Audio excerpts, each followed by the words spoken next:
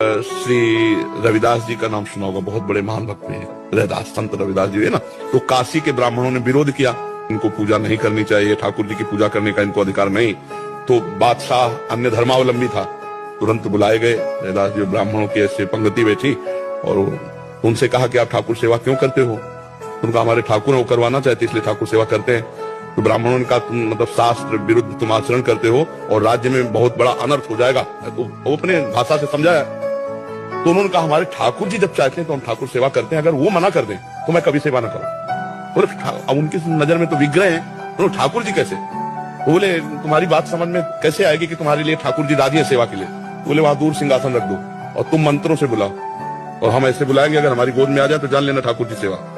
तो जो ठाकुर रविदास जी के थे वो सिंहासन में से दूर रखे गए, उन्होंने शुरू किया मंत्र, कुछ नहीं, और भाव में भरकर कहा प्रभु जी ही ऐसे कहा तो सिंहासन ऐसे जैसे उड़ के आए ना, छाती से लग कर तुम अन्यथा कर तुम भगवान। तो ब्राह्मणों ने फिर बात रखी कि ये इनके ठाकुर ने कुछ जादू टोना किए होंगे, हम अपने ठाकुर लाते हैं। तो अपने ठाकुर लाए और मंत्र बादशाह के सामने, पर फिर जे ही ऐसे भाव में किया ठाकुर।